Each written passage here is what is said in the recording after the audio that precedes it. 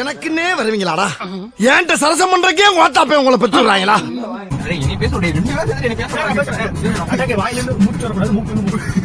இன்னொன்னு என்னன்னா பாத்துக்கோங்க, இல்ல எங்களுக்கு பிரச்சனை இல்ல விக்கி.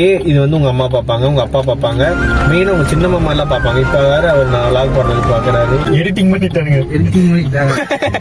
அப்ப அது மட்டும் உண்மையா? அப்ப அது மட்டும் ஒரிஜினலா? ஐயோ என்ன பேச வந்து அங்கிட்டு போய் நான் பிளாக் பண்ணேன். இல்ல அது ஒப்பனாக்கார சிறப்பான ஆளுமை.